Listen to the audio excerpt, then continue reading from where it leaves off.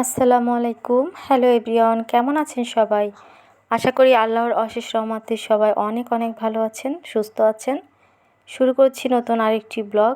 Please একটি like দিয়ে সম্পূর্ণ ভিডিওটি দেখার অনুরোধ জানাচ্ছি। আপনাদের ভাইয়া তো বাসায় নাই, তো দেখা যায় যে সে যখন 2-1 দিনের ছুটি নিয়ে বাড়িতে যায় তখন আমাকে ফোন করে বারবারই বলে রাখে যেন খাওয়া দাওয়ার কষ্ট একদমই না করি, ছেলেকেও যেন ঠিকঠাক মতো খাওয়াই। কারণ হয় কি, যখন পুরুষ মানুষগুলো বাসায় থাকে না তখন কিন্তু রান্নার প্রতি ওইভাবে আকর্ষণটা কাজ করে না। আমরা মেয়েরা ভাবি যা আছে সেটা দিয়েই কোনো রকম করে খেয়ে চালিয়ে দিই। কারণ মাঝে মাঝে আমাদেরও তো রান্না থেকে একটু ছুটি নিতে ইচ্ছে করে। তো যাই হোক, আসলে সত্যি কথা, কষ্ট করলে এখন তো ছেলে বড় হয়ে গিয়েছে, তো চাইলেও কিন্তু নিজে কোনো রকম খেয়ে থাকলেও ছেলেকে তো আর কোনো রকম খাওয়ানো যাবে না।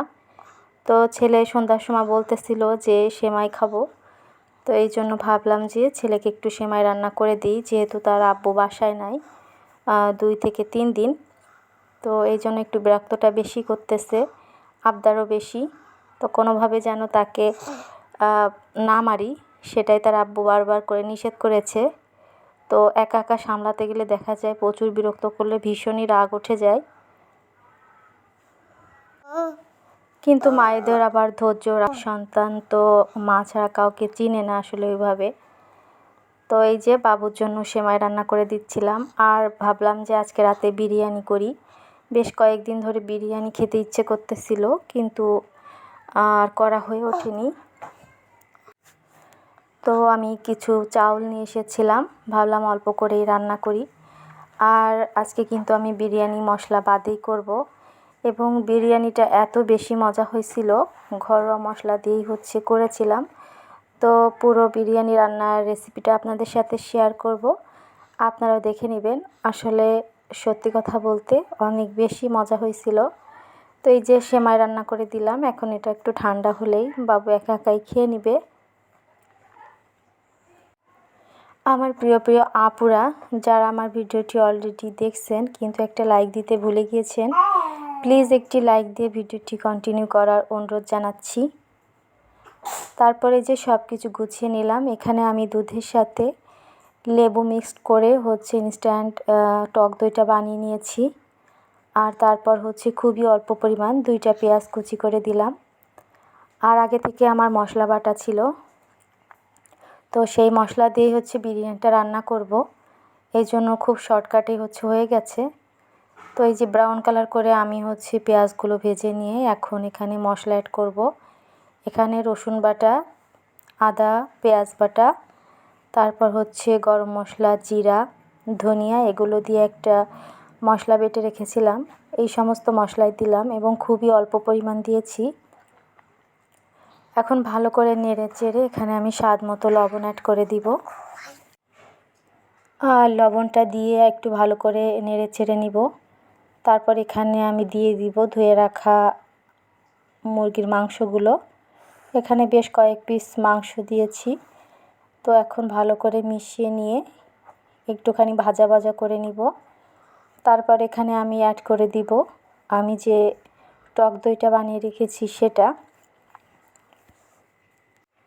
আমার অনেক আপুরাই দেখি এভাবেই বিরিয়ানি রান্না করে, তো আমি তো এইভাবেই রান্না করি।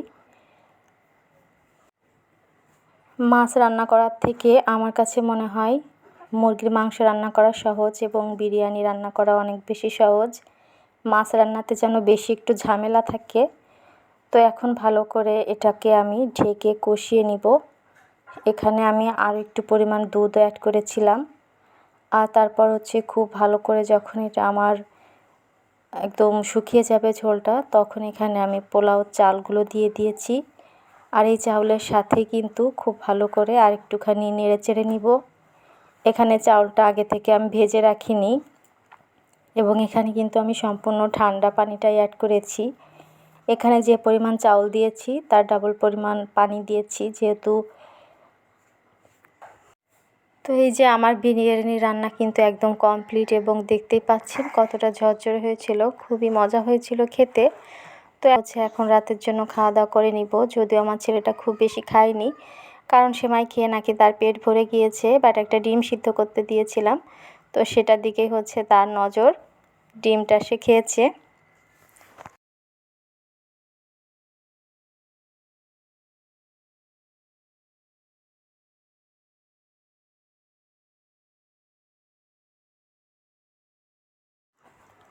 একটা ডিমও সিদ্ধ করে নিয়েছিলাম। তো আমার ছেলের আকর্ষণ ছিল সেই ডিমের প্রতি, সে ডিম খেতে যাচ্ছিল, তো তাকে ডিমও দিয়েছিলাম।